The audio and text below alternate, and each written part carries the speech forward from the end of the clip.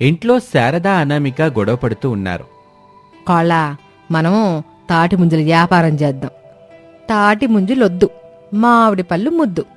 అత్తయ్య, మనం మామిడి పళ్ళ వ్యాపారమే చేద్దాం.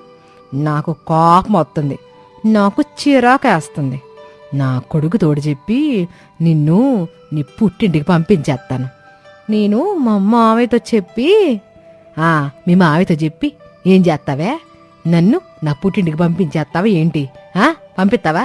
చెప్పవే, చెప్పు. ఆవేశం తెచ్చుకోకండి అత్తయ్య. మీరు ఆయనతో చెప్పినా, నేను మావయ్యతో చెప్పినా, మీరు నేను కలిసి ఒకే ఇంటికి వెళ్ళాలి. మీరు నా మేనత్తే కదా, నేను మీ మేనకోడల్ని. ఎలా చేసినా, ఏ విధంగా చూసినా మనం మేనత్త కోడలం. అప్పగింతల సమయంలో మీ నాన్న ఏం చెప్పాడు నువ్వు మర్చిపోయావా? చాలే అత్తయ్య, 2 మాటలు గట్టిగా మాట్లాడితే చాలు. పెళ్లిలో జరిగిన అప్పగింతలప్పుడు మా నాన్న నా చేతిని మీ చేతిలో పెట్టి, అత్తయ్య చెప్పింది బుద్ధిగా విను తల్లి, అత్తయ్య మాటకి ఎదురు చెప్పొద్దు, ఏం చెప్పినా నీ మంచి కోసమే చెప్తుందని నువ్వు అర్థం చేసుకో అని చెప్పి ఆ మాటల్ని పదే పదే గుర్తు చేస్తూ ఉంటారు. ఎందుకు అంత చిరాకు? ఆయన ఎంతకాలం నేను చెప్పిన ప్రతి మాటని విన్నావు కదా, మరి ఇప్పుడు ఏమైందంట? ఈ ఎండాకాలం తాటి ముంజులకి మంచి గిరాకీ ఉంటది, ఆటిని అమ్ముదామని చెప్తున్నాను కదా, నువ్వేం వినకుండా ఎందుకే మామిడి పళ్ళు అమ్ముదామని పట్టుబడుతున్నావు? నేను కూడా అదే చెప్తున్నాను కదా అత్తయ్య, ఇది ఎండాకాలమే, మామిడి పళ్ళ సీజను. చాలా మందికి మామిడి పళ్ళంటే ఇష్టం ఉంటుంది, మామిడి పళ్ళని ఎక్కువగా కొంటారు. ఒక్కసారికి నా మాట వినండి, ఇద్దరం కలిసి మామిడి పళ్ళ వ్యాపారం చేసుకుందాం. నా కోపం తెప్పించబాకోళ్ళ. వెంకి ఆసనంలాగా శారద ఆసనం చూస్తావు. మరి నేను చెప్పిన దాని గనక ఒప్పుకోకపోతే మీకు నేను ఇలాగే కోపం తెప్పిస్తాను. శారద తన కోపాన్ని కంట్రోల్ చేసుకోలేకపోయింది. చుట్టూ చూసింది. ఫ్రిడ్జ్ కనిపించింది. క్షణం కూడా ఆలస్యం చేయకుండా ఫ్రిడ్జ్ దగ్గరికి వెళ్లి డోర్ తెరిచి చూసింది. కాకరకాయ కనిపించింది. వెంటనే కాకరకాయని తీసుకుని అనామికని చూస్తూ కోపంగా కొరుకుతూ ఉంటుంది. అనామిక నవ్వుతూ ఉంటుంది. ఇక తాటి ముంజలతో నిండుగా ఉన్న ట్రక్ని కిషోర్ డ్రైవింగ్ చేస్తున్నాడు. రమేష్ ప్రసాదులు తాటి ముంజల మీద కూర్చున్నారు. నాన్నా, ఇంటి దగ్గర అత్తాకోడలు ప్రశాంతంగా ఉన్నారంటావా? ఏముంటారో ఏమో బాబు. అత్తకు తగ్గ కోడలు, కోడలికి తగ్గ అత్త, 2 ఒకటే కదా నాన్న. ఏమోలే బాబు, మాట అలా వచ్చేసింది గాని అత్తాకోడల మధ్య ఈ ఎండాకాలం వ్యాపారం గొడవ నిన్న మొదలైంది. ఉదయం కొంచెం తగ్గినట్టు అనిపించినా నాకు మాత్రం భయం అయితే పోలేదు. నాకు కూడా భయంగానే ఉంది నాన్న. అప్పటినుంచి ఇంటికి ఫోన్ చేసి అమ్మతో మాట్లాడాలనిపిస్తుంది. కానీ అనామిక అమ్మ ఫోన్ ఎత్తితే పరిస్థితి దారుణంగా ఉంటుందని ఫోన్ చేయలేదు. ఫోన్ చేయకుండా ఉండి చాలా మంచి పని చేసావు బాబు. ఇప్పుడు మనం ఎలాగ ఇంటికి వెళ్తున్నాంగా, భయపడకుండా ఉండు.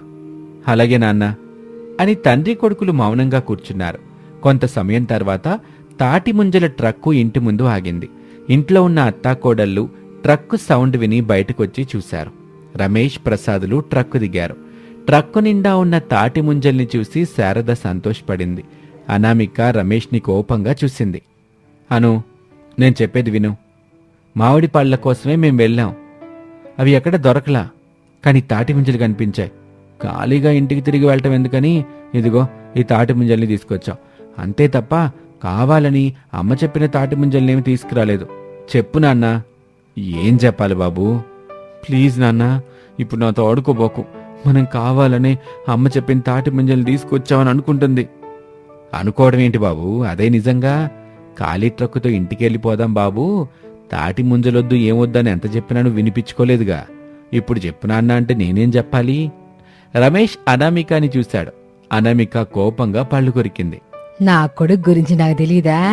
ఆడి మనసు ఈ తల్లి గురించి ఆలోచిస్తుందని, నేను చెప్పిన పని ముందు చేస్తాడని నాకు ముందే తెలుసు.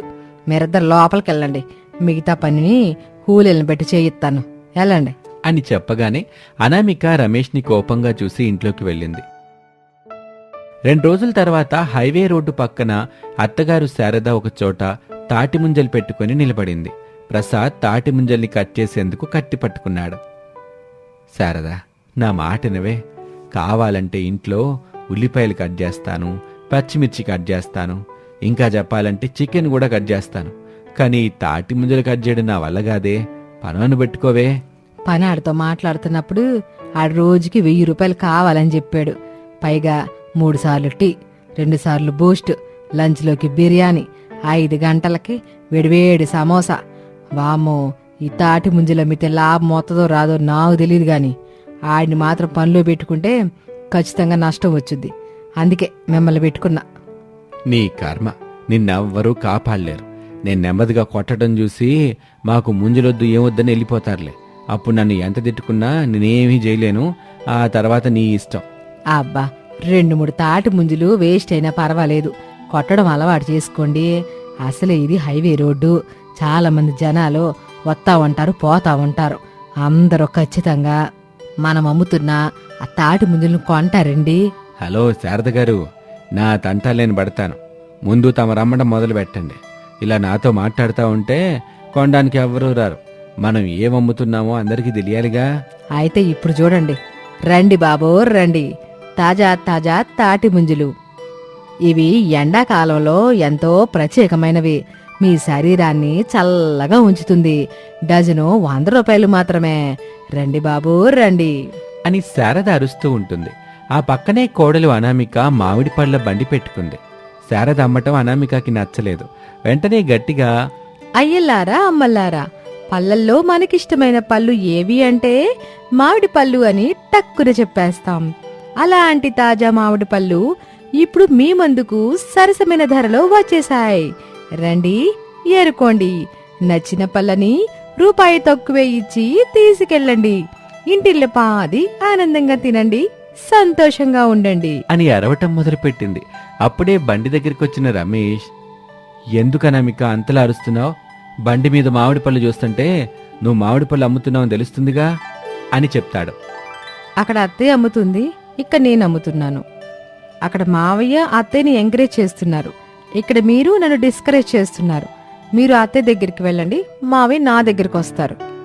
అలా కాదను, నేను చెప్పేది విను. నాన్న అక్కడే ఉంటాడు, నేను ఇక్కడే ఉంటాను. సరే సరే, నువ్వు మామిడి పళ్ళు అమ్ముకోలే. ముఖం చూడు, నేను అక్కడికి వెళ్ళమని చెప్తుంది మీ మీద ప్రేమతో కాదు. మావయ్యకి తాటి ముంజలు కొట్టడం రాదు, నెమ్మదిగా కొడతాడు. తాటి ముంజల కోసం వచ్చేవాళ్ళు అంతంతసేపు ఉండలేరు, వెళ్ళిపోతారు. అప్పుడు అత్తయ్య తెచ్చిన తాటి ముంజలు సరిగా అమ్ముడుపోకుండా అలాగే ఉంటాయి. అందుకే మిమ్మల్ని నేను వెళ్ళమని చెప్తున్నాను. వెళ్ళండి ముందు. అబ్బా, నువ్వేం చేస్తావో ఏమో అనామిక. ఆ రోజు కూడా అంతే, మామిడి పళ్ళు ముందుగా తీసుకురావద్దు, తాటి ముంజలే ముందు తీసుకురమ్మని చెప్పావు. ఈరోజు నన్ను అక్కడికి వెళ్ళమని అంటున్నావు. ఇలా చూడండి, నేను అత్తయ్య వేరువేరుగా చేస్తున్న ఈ వ్యాపారాలు ఈ ఎండాకాలం ఉన్నంత వరకే ఉంటాయి. కానీ నేను అత్తయ్య బ్రతికినంతకాలం కలిసిమెలిసి ఒకే ఇంట్లో సంతోషంగా ఉండాల్సిన వాళ్ళం. అత్తయ్యని మావేని మిమ్మల్ని నా కంటి పాపల్లాగా చూసుకోవాల్సిన బాధ్యత నా మీదుంది. అనామిక చెప్తుంటే రమేష్ వింటూ ఉంటాడు. నా దృష్టిలో ఎప్పుడూ అత్తయ్య గెలవాలి, ఓడిపోకూడదు. వెళ్ళండి, నా మామిడి పళ్ళు అమ్ముడుపోకపోయినా పర్వాలేదు. అత్తయ్య తాటి ముంజలు మాత్రం పూర్తిగా అమ్ముడుపోవాలి. వెళ్ళండి. రమేష్ ఏమీ మాట్లాడకుండా శారద అమ్ముతున్న తాటి ముంజల దగ్గరికి, ప్రసాద్ అనామిక అమ్ముతున్న మామిడి పళ్ళ దగ్గరికి వచ్చాడు. అలా అత్తాకోడళ్ళు పోటాపోటీగా ఒకరు తాటి ముంజలు, మరొకరు మామిడి పళ్ళు అమ్మటం మొదలుపెట్టారు. రోడ్డు మీద వెళ్తున్న వాళ్ళకి నచ్చిన వాటిని తీసుకుని వెళ్తూ ఉంటారు. అనామిక మాత్రం మామిడి పళ్ళు కొనటానికి వచ్చిన వాళ్లతో, ఇలా చూడండి, ఈ ఎండాకాలం మామిడి పళ్ళ కంటే తాటి ముంజలు ఎంతో మేలు చేస్తాయి. అది కాకుండా అవి ఈ ఎండాకాలంలోనే దొరుకుతాయి. వెళ్ళి ఆ ముంజల్ని తీసుకోండి అని చెప్పేది.